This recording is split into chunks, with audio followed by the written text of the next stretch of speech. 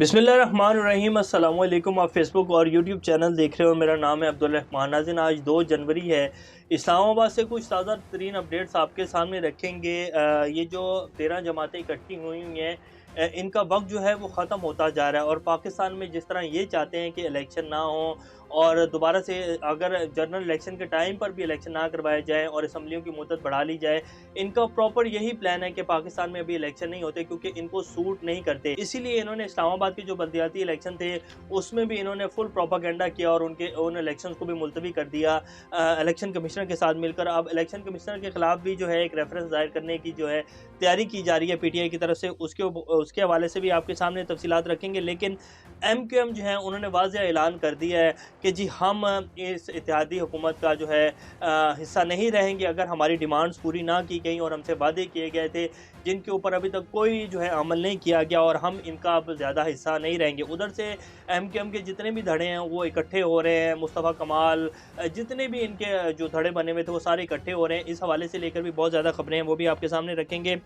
मुस्लिम league नून की तरफ से भी जी स्टेप उठाया गया एमक्यूएम के नाराज़ होने के ऊपर। आज बाकायदा याद सादिक साहब की सरबराही में एक जो है वो ग्रुप जो है वो कराची पहुंचा हुआ था एमक्यूएम से मुलाकात के लिए। वहां मुलाकात में क्या बातें हुई हैं वो भी आपके सामने रखेंगे। परवेज़ इलाही साहब के एतमाद के वोट को लेकर मजलिस वहदतुल मुस्लिमीन की जो एक रुकन है पंजाब असम्बली की, उन्होंने इनकार कर दिया है परवेज़ इलाही साहब को एतमाद का वोट देने के ऊपर। परवेज़ इलाही साहब जब एतमाद का वोट लेंगे तो क्या वो उनको वोट मिल जाएंगे और वो कामयाब हो जाएंगे, ये भी आपके सामने रखेंगे। अमेरिका और पाकिस्तान के ताल्लुकात के हवाले से अमेरिका का एक ताज़ा तरीन बयान आया और बाकायदा उन्होंने 2023 के अमेरिकी बजट में पाकिस्तान के लिए 2 छोटी दिफात का उनको भी अहम दिफात को शामिल भी किया है। वो दिफात कौन सी हैं और अमेरिका पाकिस्तान के साथ अब क्या ताल्लुकात रखना चाहता है और अमेरिका किस तरह की मेहरबानी और करना चाहता है पाकिस्तान के साथ, ये भी रखेंगे। हमारे जो वज़ीर दाखिला हैं राना सनाउल्लाह साहब, उन्होंने अभी कल जो है एक बयान दागा अफ़गानिस्तान के हवाले से कि जी हम जो टीटीपी के कुछ लोग हैं उनको अफ़गानिस्तान में भी जाके मार सकते हैं और ये हमारा हक़ है।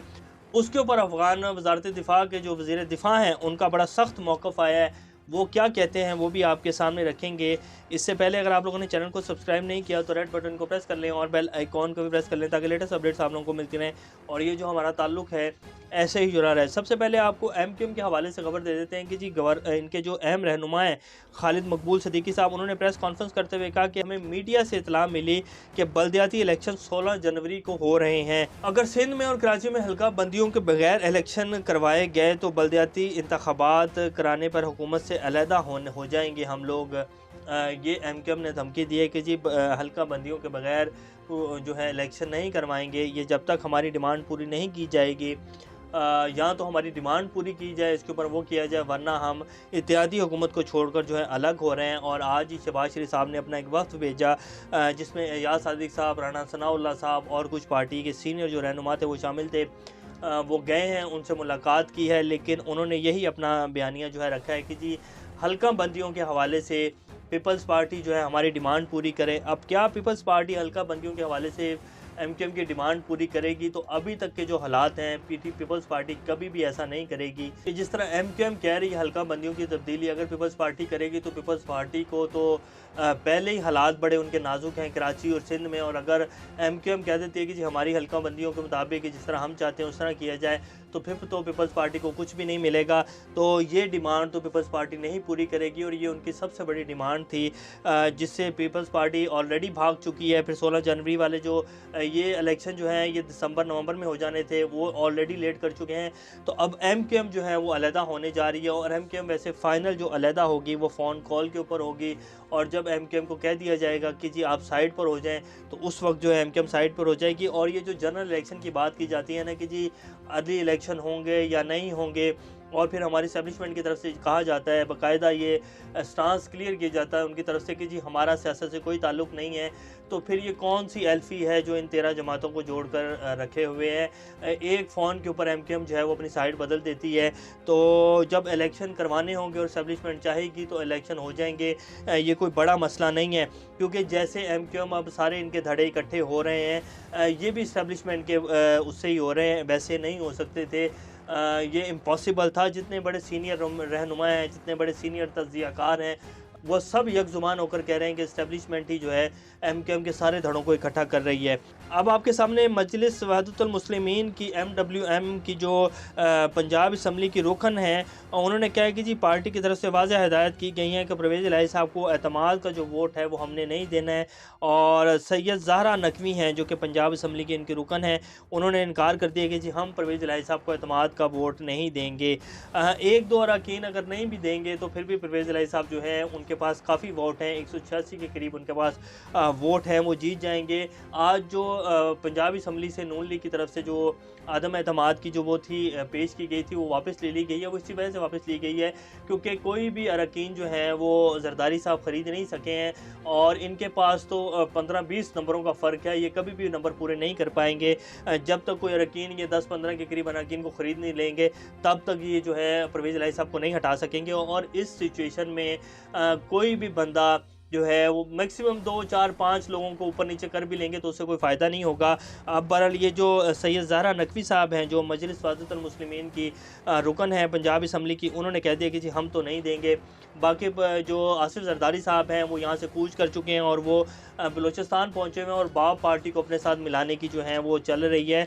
और इस बात का जिक्र इमरान खान साहब ने भी किया। वो कहते हैं कि जी MQM को कराची में इकट्ठा किया जा रहा है मेरे ख़िलाफ़ ताकि मेरी जो है वहाँ स्ट्रेंथ ना बन सके, और इधर बलूचिस्तान में बाब पार्टी को पीपल्स पार्टी में शामिल करने के लिए जो है इस्टेब्लिशमेंट सारे जोड़ तोड़ करवा रही है। और फिर उन्होंने कहा कि पाकिस्तान में इस्टेब्लिशमेंट सिर्फ एक शख्स जो है उससे लिंक होता है, एक शख्स का लिंक होता है, इस्टेब्लिशमेंट सिर्फ एक ही शख्स है और उसी के पास सारी अथॉरिटी होती है। अब इमरान खान साहब पता नहीं किस शख्स का नाम ले रहे हैं, पर उन्होंने ये कहा है कि मेरे खिलाफ जो है MQM को इकट्ठा किया जा रहा है, उधर से बाब पार्टी जो है बलूचिस्तान में उसको पीपल्स पार्टी में जम करने की जो है वो पूरी कोशिशें की जा रही हैं।